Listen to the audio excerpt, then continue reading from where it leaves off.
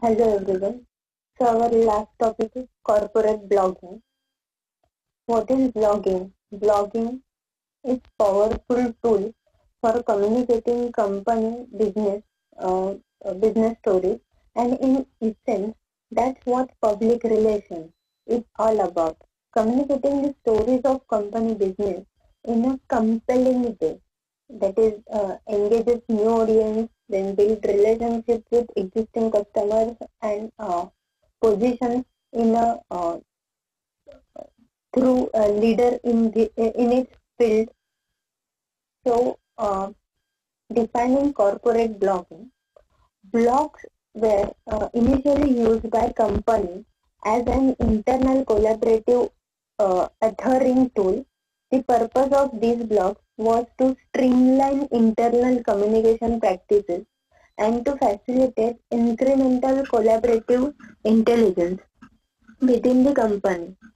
Corporate blogging can be defined as the use of blogs to further accomplish company goals.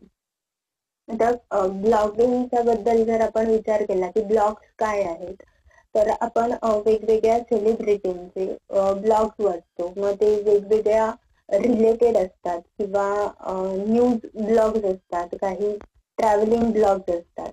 तसं corporate blog सुद्धा असतात जे ऑर्गनायझेशनच्या related असतात, त्यांच्या प्रोडक्टच्या रिलेटेड असतात, त्यांच्या CSR ऍक्टिव्हिटीच्या रिलेटेड असतात आणि ते त्या ऑर्गनायझेशनने त्या कंपनीने तयार केलेले असतात.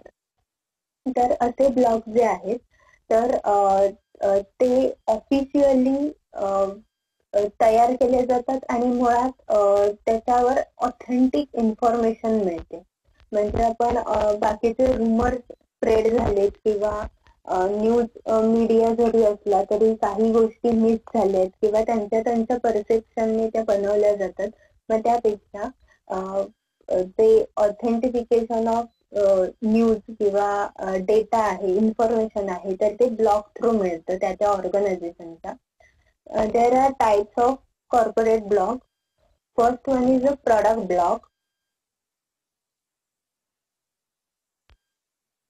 Following the analogy of advertisement on television and in radio and print media, product blogs seek to showcase a product or service. Accordingly, the target audience for a product blog is formed by potential customers.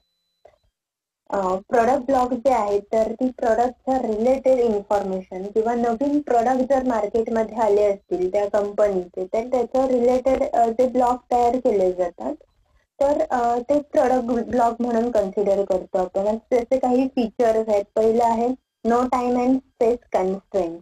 whereas most traditional advertising must work with extreme time and space limitations. That is seconds in TV broadcast and a few lines of text in most print ads. Blogs are under no such constraint, but can instead spread out large quantities of content. Blogs can be continuously filled and with novel information related to a brand or piece of merchandise without redundancies. No time and no space constraint का म्हटलं तर एखादी advertisement असेल, TV advertisement किंवा print media, तर त्याला limitation आहेत. त्याच्यात सगळेच एरिया जे आहेत प्रॉडक्टच्या रिलेटेड तर ते कव्हर केलेले नसतात. तर ब्लॉग मध्ये ते कव्हर करू शकतो. डिटेल इन्फॉर्मेशन त्याच्यामध्ये मेन्शन करू शकतो. त्याच्या लिंक्स आपल्याला त्याच्यामध्ये प्रोव्हाइड करता येऊ शकतात. त्याच्यानंतर आहे not exclusively the product. It is often not exclusively the product itself that is promoted, but a related activity or subject matter. It also gives the opportunity to showcase extensively companies' other items too. This strategy of indirect marketing can be related to the characteristics expected of blogs, that they contain news, discussion, thoughts or feelings. Simply mentioning the product name or providing a description does not translate into enough substance. and is therefore not viable. Instead, this focus is placed on an associated topic and ongoing commentary is provided by one or several bloggers. आता मगाशी आपण product ब्लॉगच्या बद्दल म्हटलं तर याच्यामध्ये त्याचं दुसरं feature जे आहे की फक्त प्रोडक्ट रिलेटेड इन्फॉर्मेशन नाही जात तर त्याच्या रिलेटेड इन्फॉर्मेशन म्हणजे आपण त्याच्यामध्ये एक्सपिरियन्स असतील तर ते ऍड करू शकतो किंवा करंट इश्यूज सोबत रिलेट करून ते प्रोडक्ट सेल आउट करू शकतो किंवा त्याचा ते कसं युजफुल आहे ते सुद्धा सांगू शकतो. त्याच्यानंतर आहे image blogs. Image blogs are concerned with how the public or a specific community is part of the large public but external to the company perceive the organization. This includes a wide range of functions such as corporate social responsibility, recruiting and lobbying, presenting the company specifically its stance on specific issues. While usually aiming at presenting the company in a positive way, image blogs do not necessarily filter out all external criticism. The manner in which the company acts and reacts on the communicative stage significantly contributes to its impression.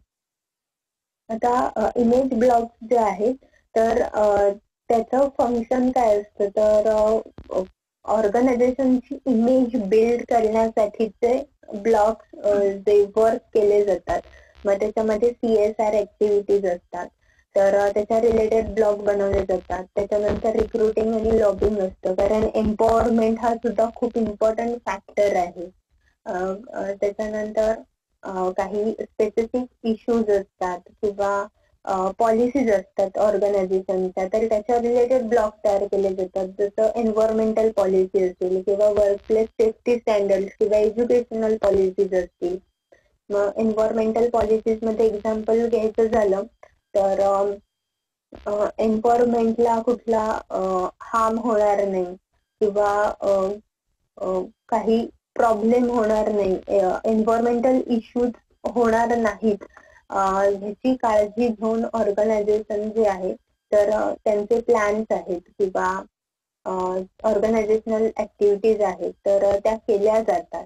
मग आपण मागे लेक्चरला पण strategic मॅनेजमेंटला त्याचं example बघितलेलं की टाटा कंपनीने मोठी land purchase केली होती पण तिथे तिथले एन्व्हायरमेंटल फॅक्टर मध्ये त्यांना शेतकऱ्यांना खूप जास्त अफेक्ट झाला असतं तिथल्या लोकांना तर त्याच्यामुळे त्यांनी ती लँड आहे तर तिथे मुलं त्यांचं प्ले ग्राउंड होतं ते तर त्याच्यामुळे तिथल्या मुलांना सरळ स्टेडियम बांधून दिलं त्यांनी तिथे कंपनी उभी नाही केली. मग ही सुद्धा त्यांची पॉलिसीज आहे एन्व्हायरमेंटल रिलेटेड आणि सोशल रिस्पॉन्सिबिलिटी म्हणून सुद्धा ते वर्क करतात. मग हे त्यांचे वेगळे इथिक्स आहेत कारण बाकीच्या ऑर्गनायझेशन ज्या फक्त प्रॉफिट मेकिंग साठी वर्क करतात तर इथे ते सोशल रिस्पॉन्सिबिलिटी म्हणून सुद्धा काही निर्णय घेतात. तर इमेज बिल्ड करणारे ब्लॉग्स जे आहेत त्याच्यानंतर इथे एक मॅकडीचं एक्झाम्पल आहे मॅकडोनल्ड्सचं की त्यांनी open for discussion company blog open केला की त्याच्यामध्ये CSR ऍक्टिव्हिटीज ज्या आहेत तर त्या तिथे ते एक्सप्लेन करतात की कुठली ऍक्टिव्हिटी ते करतात आणि मग त्याच्यावर रीडर्सच्या कमेंट्स क्रिटिसिझम जे आहे तर ते कंपनी एक्सेप्ट करते आणि त्यानुसार इम्प्रूव्ह करते. कंपनी ब्लॉग्स और blog hub these are the oldest of variants described here. It is semi-professional blog of company's employees. The content of such a blog focuses almost entirely on job-related topics. A typical employee blog realizes a dynamic combination of both personal and organizational goals. Employee blogs differ from other types of corporate blogs in that they are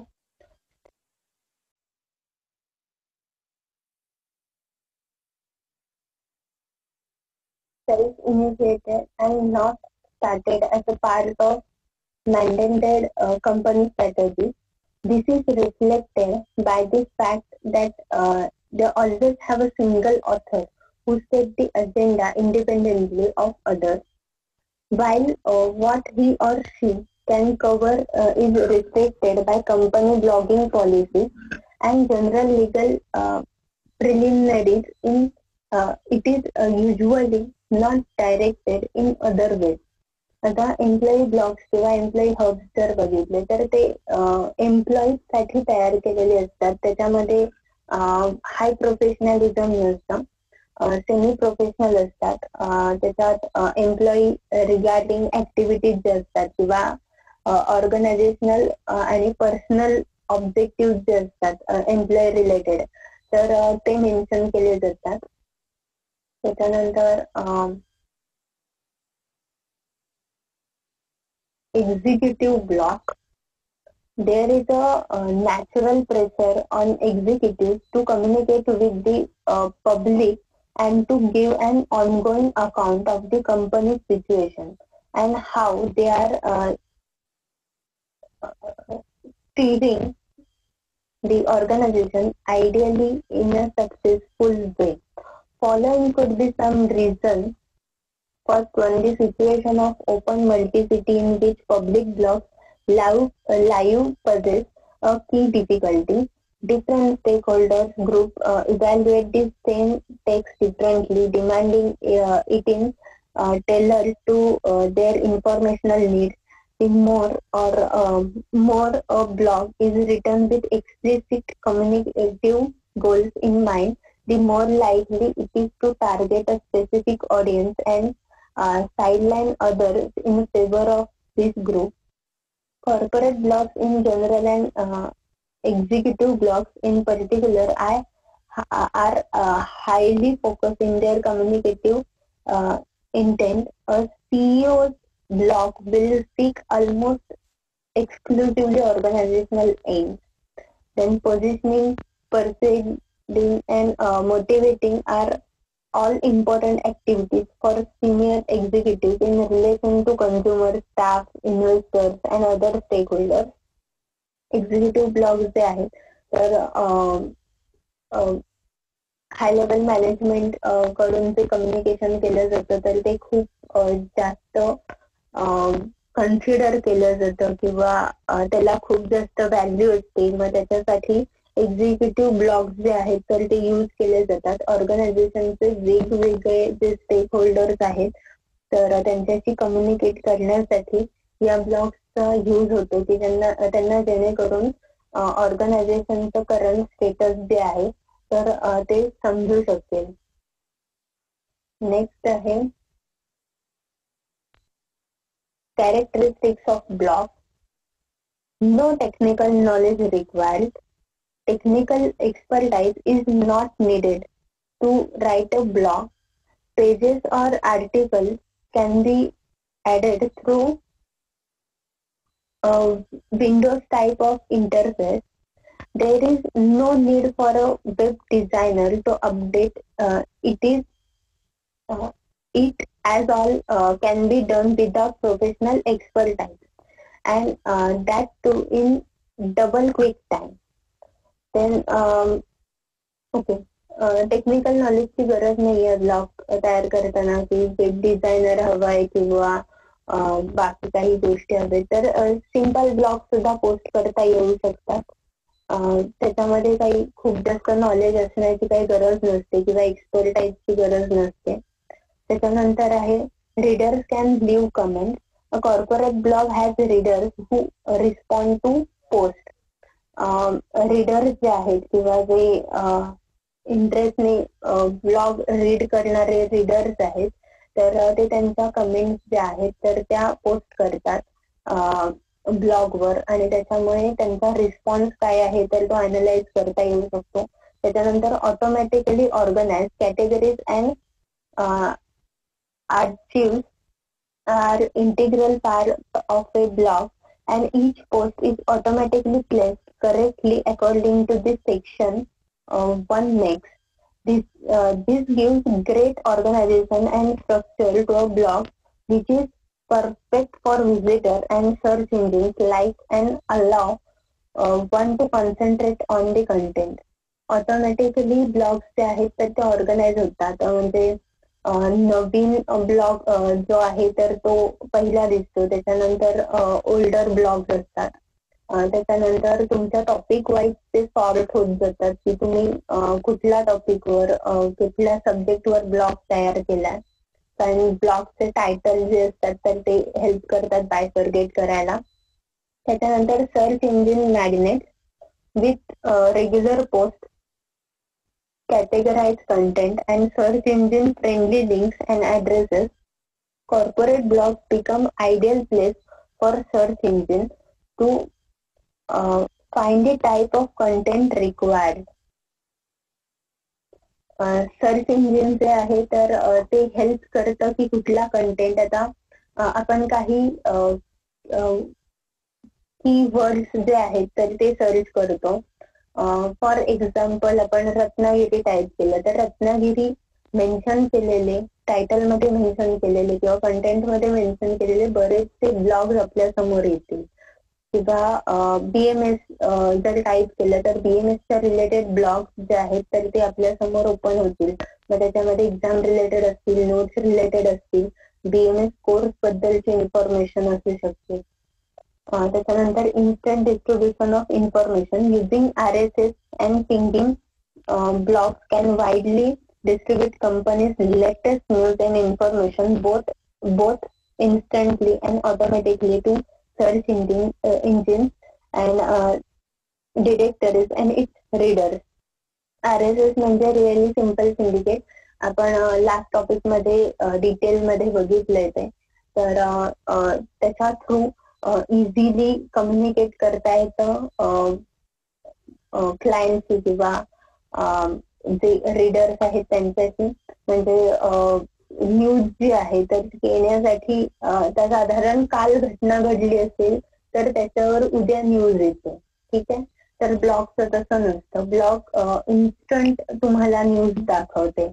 म्हणजे त्या टीव्हीला live news किंवा लगेच update येतात, पण print मीडियाचा जर विचार केला तर त्याच्यामध्ये लगेच तितका अपडेट नाहीये. तर मग हा एक वे आहे की लगेच जर एखादी गोष्ट घडली असेल तर ती लगेच पोस्ट करणं. त्याच्यानंतर आहे multiple author. Not only one person add content, but you can allow access to any number of people so that you have several authors contributing to a topic or series of topics. एकच author असेल असं नाहीये, multiple authors असू शकतात. त्याची authority share केलेली असते. मग सेम टॉपिकवर किंवा टॉपिकच्या सिरीजवर ते ब्लॉग पोस्ट करत असतात. त्याच्यानंतर internal and external links. Blog thrive by links and referring to others article so that conversation and ideas can be taken up and develop. आता कुठलाही ब्लॉग किंवा जनरल ब्लॉग जरी बघितला असाल की एखाद्या गोष्टीवर कमेंट केली जाते किंवा एखाद्या गोष्टीवर त्यांचे ओपिनियन मांडले जातात, तर मग ते कशाच्या रिलेटेड आहे तर मग आपण हॅशटॅग बघतो तिथे, किंवा एखादी लिंक प्रोव्हाइड केलेली असते की एखादी घटना घडली आहे, एखादा व्हिडिओ आहे आणि त्याच्यावर त्यांचं ओपिनियन काय आहे तर ते मांडलं जातं. तर हा रेफरन्स असतो. आपण गुगलला सुद्धा काही गोष्टी सर्च केल्या तर त्याच्यामध्ये सुद्धा आपण जे आर्टिकल्स रीड करतो तर त्याच्या शेवटी आपल्याला लिंक्स मिळतात, रेफरन्स लिंक. त्याच्यानंतर आहे permalinks. Every post and every category has its own individual address forever.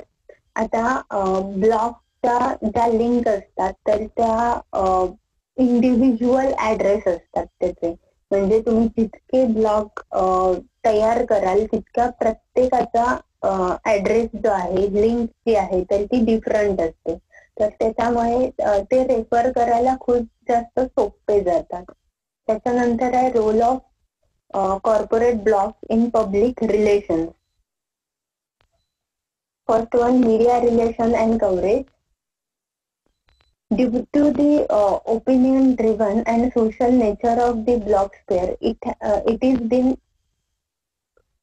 conceived as an idea opportunity for companies to quickly reach influencers to recruit brand advocates or even to find support or on controversial topics, then bypass traditional media, become a part of the online conversation, and in doing so gain some influence and control over these conversations, provide unique and interesting content on a corporate blog, which might even create a viral buzz over time, then increase their coverage and market awareness. आता corporate ब्लॉगचा role काय काय आहे तर media relation and coverage ही मीडियाशी असलेले relation किंवा organisation related information जी आहे तर ती ब्लॉग थ्रू प्रोव्हाइड केली जाते. म्हणजे थोडक्यात मीडियाला त्याच्या रिलेटेड कंटेंट प्रोव्हाइड केला जातो. त्याच्यानंतर ऑर्गनायझेशनल ऍक्टिव्हिटीज ज्या आहेत तर त्या पोस्ट केल्या जातात. तर त्याच्यामुळे ऑर्गनायझेशन काय वर्क करते, त्याच्या ऍक्टिव्हिटीज काय आहेत, करंट इश्यूज काय आहेत, एखादं क्रायसिस सुरू असेल तर त्याच्या रिलेटेड इन्फॉर्मेशन जी आहे तर ती ऑफिशियली मिळते. त्याच्यानंतर आहे differentiation and humanisation. With the recent market transparency and fierce competition, distinguishing oneself from competitors is an increasingly important competence for companies, and a corporate blog is considered to be an ideal means to do so at low cost. Corporate blogging offers a differentiated communication channel for customers and employees to expose their talents. आता blogs जे आहेत तर talent किंवा customer communication channel कसं explore करतात तर एखादा problem असेल, एखाद्या कस्टमरला जर हेल्प केली गेली असेल किंवा कस्टमरचा फीडबॅक आहे तर त्यांचं कस्टमर लॉयल्टी आहे तर ह्या सगळ्या गोष्टी ज्या आहेत तर त्या ब्लॉग थ्रू पोस्ट केल्या जातात. जसं ट्रॅव्हलिंग कंपनीज आहेत तर त्यांच्या ऍडव्हर्टायझिंगचा जास्तीत जास्त इफेक्ट कशामुळे होतो तर त्यांचे कस्टमरचे रिव्ह्यूज, त्यांचा फीडबॅक जो ते पोस्ट करतात त्याच्यावरून होतो. त्याच्यानंतर ऑर्गनायझेशन मध्ये पण रिवॉर्ड किंवा अवॉर्ड जे दिले जातात एम्प्लॉई मोटिवेशन साठी तर त्याच्या रिलेटेड जर पोस्ट ऑर्गनायझेशन करत असेल तर एम्प्लॉईज साठी सुद्धा ते मोटिवेशनल फॅक्टर आहे. त्याच्यानंतर एम्प्लॉईजना चांगली ट्रीटमेंट दिली जाते तर हे सुद्धा पब्लिकली पोहोचतं. त्याच्यानंतर issues and crisis management. Corporate blogs can be used by organisation as one of several tools to identify, track and manage issues through the comments submitted by the public, and issues can be identified and tracked through bloggers' opinion and extend to which other bloggers agree. A quick, clear, honest response is essential to prevent issues from becoming crisis. And a corporate blog certainly in a medium that organizations can use to provide the public a quick, clear and honest response. Issues आणि crisis management जे आहे तर त्याच्या related विचार केला तर organisation जे आहे तर ते ट्रान्सपरन्सी मेंटेन करू शकते थ्रू ब्लॉग किंवा त्याच्या रिलेटेड इन्फॉर्मेशन जी आहे तर ती पब्लिकली पोहोचवू शकते. इश्यूज किंवा क्रायसिस जे आहेत तर ते का झाले किंवा एखाद्या रीडरचा क्वेरी असेल, कंप्लेंट असेल तर ती सॉल्व्ह केली जाते.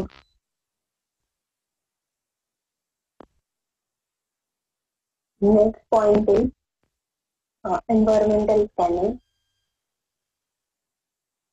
Blogs are excellent monitoring and environmental scanning tools. This statement indicates that in situations where organizations wish to monitor the surrounding environment, corporate blogs are valid alternatives to other environmental scanning tools. Corporate blogs is suitable channel for observing attitudes and stance among stakeholders, understanding the world view, the diverse individuals and public, and dialogue which enables organization to listen to what people are saying about the organization, which gives them the opportunity to respond. The environmental scanning मध्ये corporate block कसा role play करतो, तर मगाशी आपण मॅकडोनल्डचं example बघितलं की open blog आहे तो, तर त्याच्यामध्ये वेगवेगळे व्ह्यूज जे आहेत किंवा वेगवेगळ्या कमेंट्स सजेशन्स जे आहेत किंवा वर्ल्ड वाईड व्ह्यूज क्रिटिक्स त्यांचे व्ह्यूज, तर ह्या सगळ्या गोष्टी त्याच्यामध्ये असतात. तर त्याच्यामुळे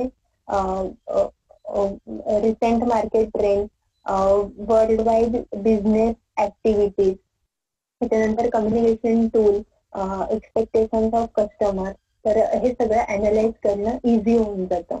त्याच्यानंतर आहे reputation. Organisation cannot control their reputation, but blogs are excellent tool to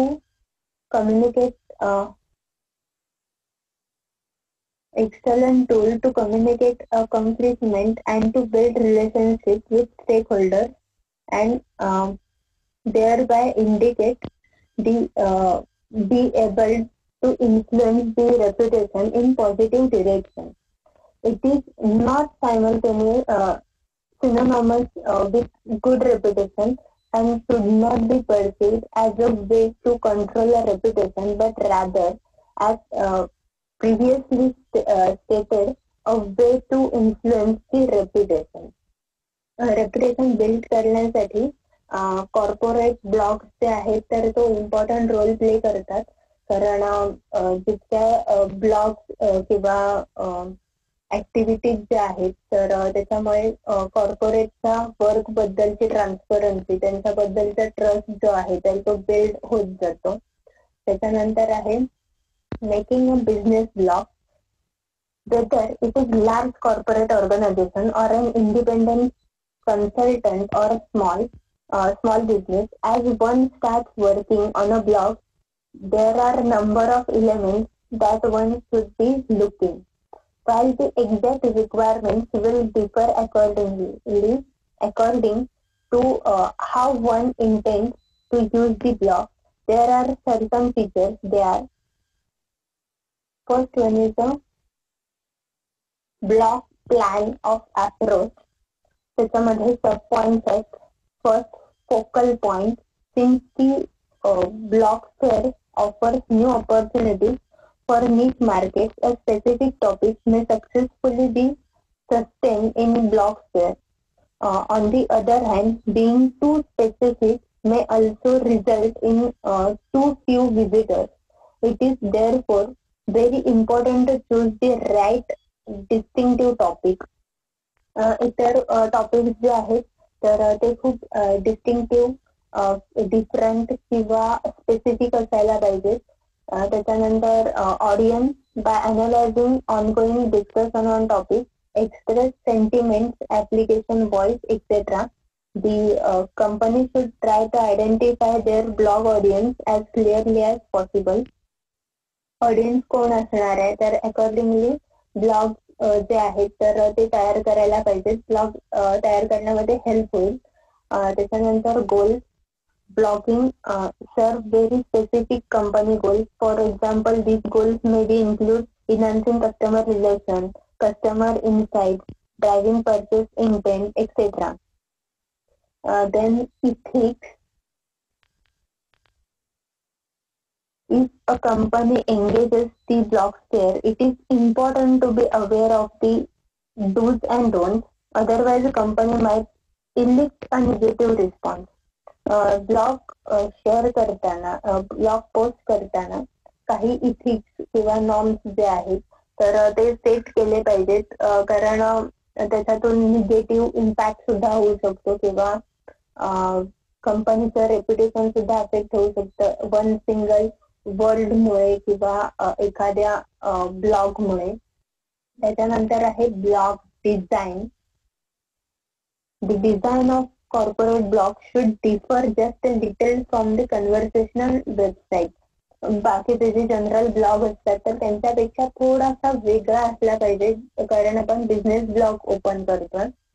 त्याच्यात फीचर्स काय आहेत तर proactively promote having people sign up for the newsletter. This should be somewhere on the top of the page. Additionally, it is important to use an engaging description. Something like subscribe to our blog post does not do the trick. A more engaging approach might sound like what you are reading. Subscribe and you will not miss a thing. म्हणजे आपण बाकीचे जे blogs बघतो की त्याच्यामध्ये subscribe करायला सांगितलं जातं ब्लॉग पोस्टला, तर त्याच्यापेक्षा बिझनेस ब्लॉग मध्ये like what you are reading and subscribe and you will not miss a thing. म्हणजे इंटरेस्ट क्रिएट केला जातो की तुम्हाला कुठला टॉपिक आवडतो आणि तुम्ही सबस्क्राईब केलं किंवा हा ब्लॉग फॉलो केला तर तुम्हाला त्याच्या रिगार्डिंग सगळी इन्फॉर्मेशन मिळेल. तर हे थोडं प्रॉमिसिंग आहे. त्याच्यानंतर although many blog design use the right column for navigation, people are more used to left hand navigation. Therefore, blog should make use of the left hand column for navigation. तुम्ही कुठलीही advertisement popup window जर बघत असाल तर त्या navigation किंवा ते Windows जे आहेत त्यांच्या लेफ्ट साईडला येतात, तर तिथे आपलं अटेन्शन पहिलं स्टिक होतं. तर त्याच्यामुळे ब्लॉगची नेव्हिगेशन विंडो जी आहे तर ती लेफ्ट हँड साईडला असली पाहिजे. It is recommended, not compulsory. Then provide a link to an RSS information page. मग त्याच्यामध्ये सबस्क्रिप्शन बटन, याहू, गुगल तर ते प्रोव्हाइड केलं गेलं पाहिजे की जेणेकरून ब्लॉगच्या लिंक जे आहेत तर ते फॉलो करता येतील. त्याच्यामध्ये रेफरन्स सुद्धा ऍड करता येतील. त्याच्यानंतर आहे displaying the MDA at each blog post on a side column. त्याच्यामध्ये न्यूज किंवा जे रेफरन्सेस आहेत रिगार्डिंग इन्फॉर्मेशन आहे तर त्या प्रोव्हाइड केल्या गेल्या पाहिजेत. मग फोटोज असतील, व्हिडिओज असतील. त्याच्यानंतर blog content. choose the right topic and find your voice. ते appropriate topic चूज केला गेला पाहिजे आणि प्रॉपर मॅनर मध्ये तो लिहिला गेला पाहिजे. पॉइंट वाईज आला पाहिजे. त्याच्यामध्ये खूप कॉम्प्लेक्सिटी नको, इझी टू अंडरस्टँड असायला हवा. त्याच्यानंतर make use of about me page where readers can find a biography of the author, the author's passion for the topic and photo. Author जो आहे तर त्याच्या रिगार्डिंग इन्फॉर्मेशन जी आहे तर ती इझिली फाइंड आउट करता आली पाहिजे. Then invite a conversation by asking readers for their feedback and perspectives on published content. A dialogue with the reader can be established. The blogger may receive value insight to improve his or her writing.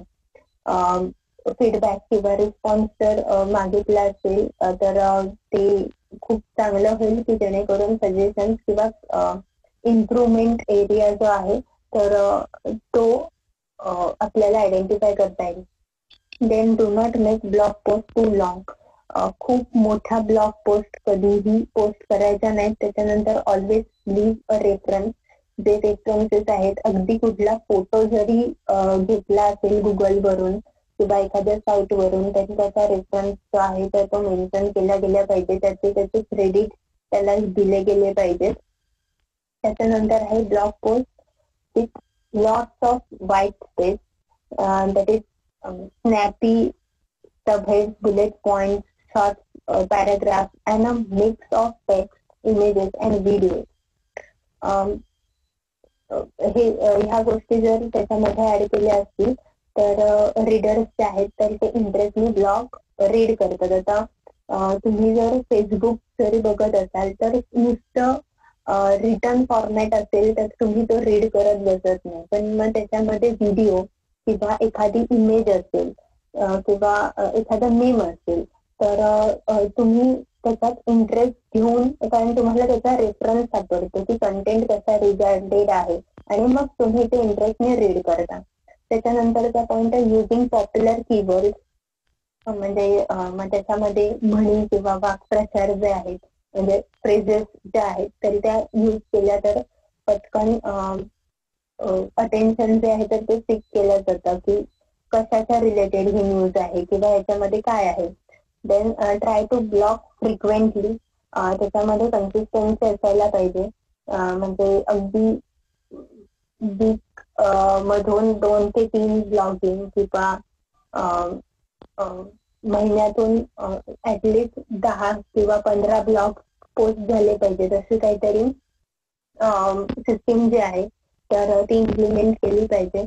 तरच reader जो आहे तर तो retain राहणार आहे. नाहीतर या महिन्यात ब्लॉग पोस्ट केल्यात 2, त्याच्यानंतर पुढच्या महिन्यात काही नाहीये आणि त्याच्यानंतर मग अचानक तुम्ही पोस्ट करताय तर मग तुम्हाला रिप्लाय किंवा रिस्पॉन्स जास्त आला नाही तर तो रीडर रिटेन्शनचा प्रॉब्लेम आहे. कारण तुम्ही फ्रिक्वेंटली ब्लॉग पोस्ट करत नाहीये. त्याच्यानंतर take risk, for instance by blogging about controversial issues, की एखाद्या कॉन्ट्रोवर्शियल इश्यूज बद्दल तुम्ही जर बोलत असाल तर ती तुमच्यासाठी रिस्क आहे. लाईक आता जो बॉलिवूड मध्ये चाललेल्या ज्या गोष्टी आहेत, मग कंगनाचा इश्यू असेल, मग त्याच्यामध्ये अनेक सेलिब्रिटीज, मग त्याच्यामध्ये मराठी इंडस्ट्रीची मतं वेगळी आहेत, बॉलिवूड इंडस्ट्रीची वेगळी आहेत, मग काही कंगनाच्या बाजूने आहेत, काही वेगळीच बाजू मांडतात, गव्हर्नमेंटची साईड घेतात. तर ह्या वेगवेगळ्या गोष्टी आहेत ना, त्याच्यामध्ये तुम्ही बोलताना प्रोबॅबली कॉन्ट्रोवर्शियल टॉपिक्स जे आहेत तर ते अवॉइड केले पाहिजेत किंवा त्याच्यावर बोलताना त्याची रिस्क जी आहे तर ती तुम्ही घेतली पाहिजे, त्याची अकाउंटेबिलिटी तुमच्याकडे असायला पाहिजे. ठीक आहे, सिलेबस संपला आपला. तुम्हाला असाइनमेंट जी आहे तर ती ग्रुपवर मिळेल, तर ती त्या डेटला सबमिट करा. थँक्यू.